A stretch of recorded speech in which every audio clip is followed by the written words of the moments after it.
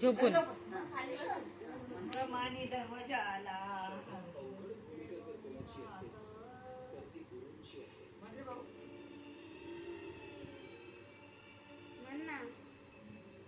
म्हणून झोपी जावं लागत.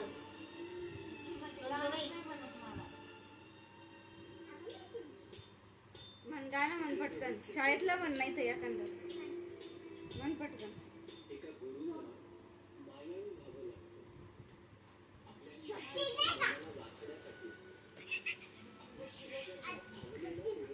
झोपती झोपती. ओ बाबू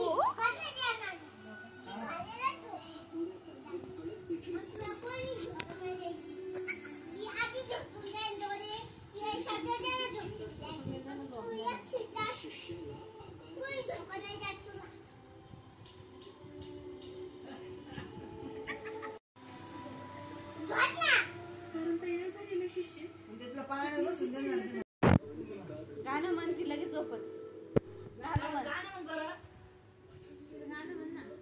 पिऊ वरती सरक बाळा, थोडीशी पायानं लागणार नाही मग. हा असं. हा बस. तू सोड घेतलं. तुझं चालू नाही राहिलं. ए भाऊ झोप का दे. गाणं म्हणून झोका दे. म्हण गाणं पटकन.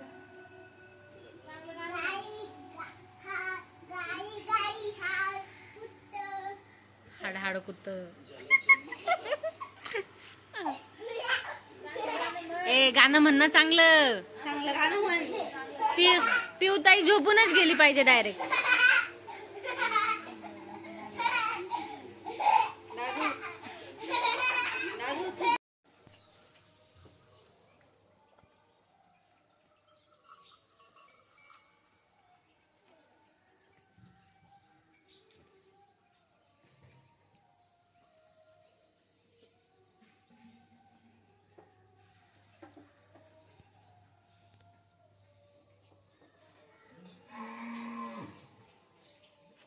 दुसरी पण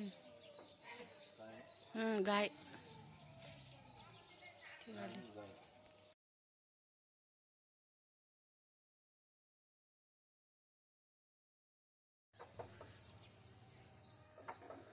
उडाल्या नेमक्या बिचाऱ्या.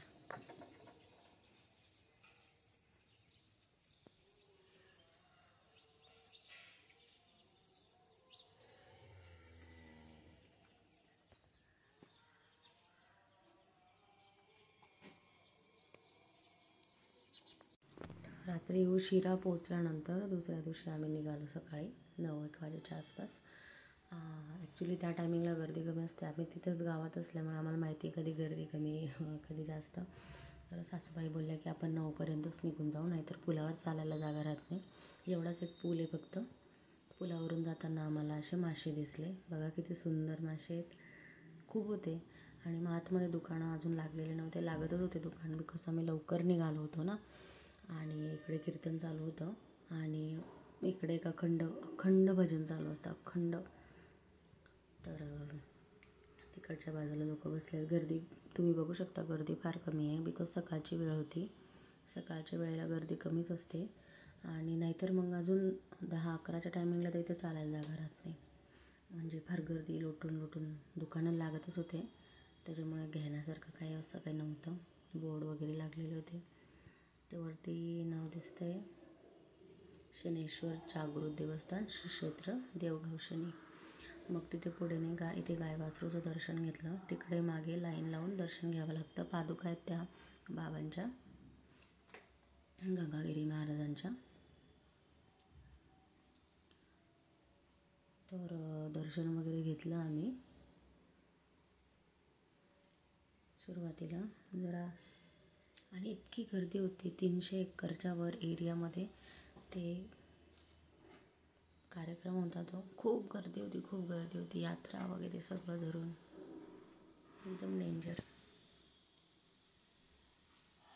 गाड्या वगैरे. हे दोघं खेळायलाच लागून गेले लगेच.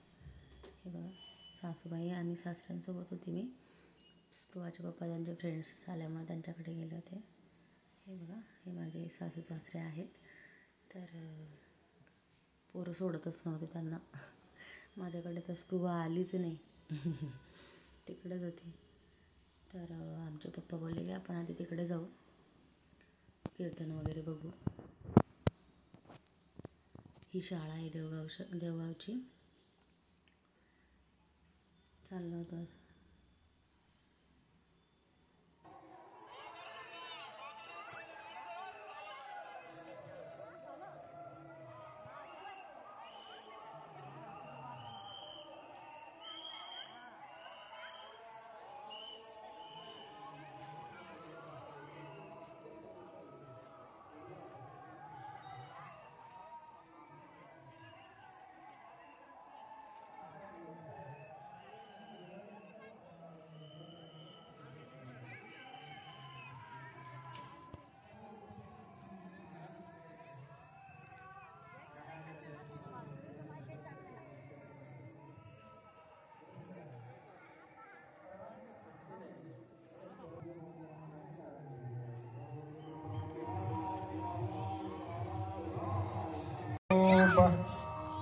अशा महात्म्याचा देह ब्रह्म रूप होत.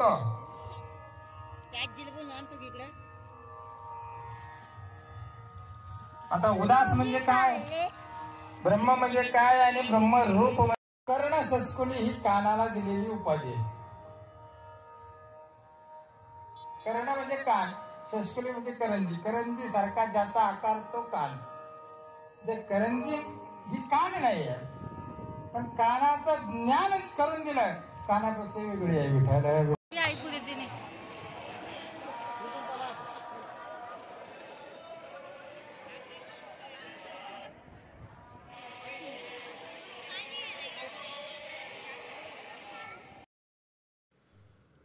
गर्दी बघा तुम्ही, किती गर्दी आहे बापरे. ही तरी मला तर कमी वाटली.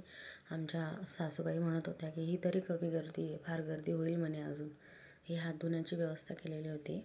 कीर्तन झालं की असं जेवायला बसतात आणि जेवायला बसल्यानंतर मग पत्रावळ्या वगैरे येतात. मी पण बसली होती जेवायला.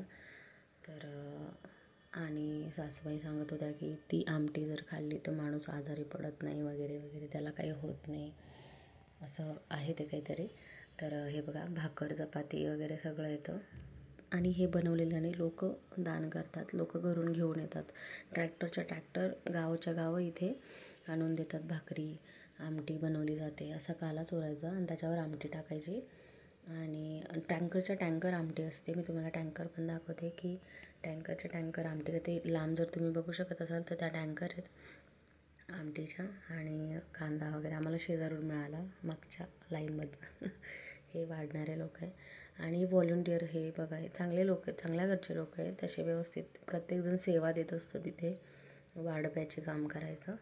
तर काही पण येऊ शकतं, चपाती भाकरी, बिकॉज लोकांकडनं जसं येतं तसं वाढलं जातं तिथे ॲज इट इज.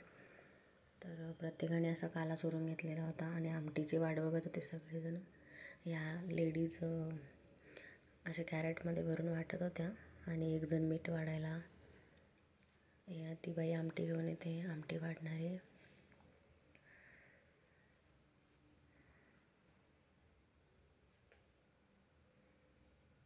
तर अशी मग याने आमटीला पण मी तुम्हाला स्पेशालिटी सांगते, इतकी टेस्ट होती आमटीला. Oh my God. त्याच्यामध्ये ना लसूण होता, ना तेल होतं, ना काहीच नाही. पण मल्टिपल डाळींचं होतं एवढं कळत होतं मला टेस्टने. हे बघा आमटी किती सुंदर. आणि भाकर सोक करून घेते ती आमटी लगेच.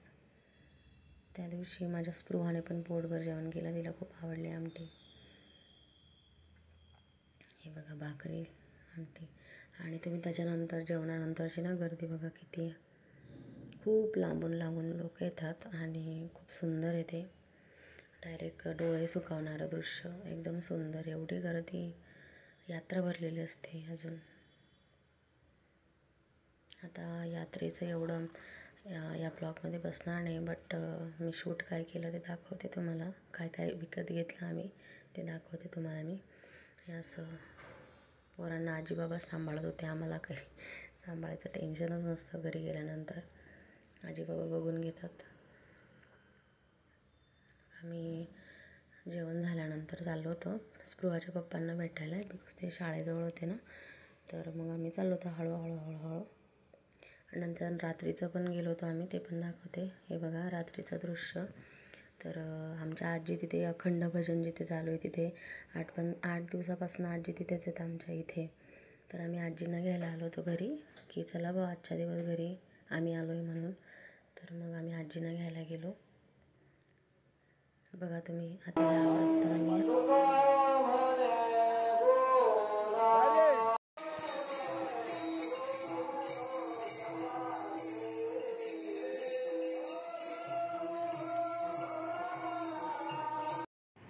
Hey guys, please wait for part 3. Do like, share and subscribe.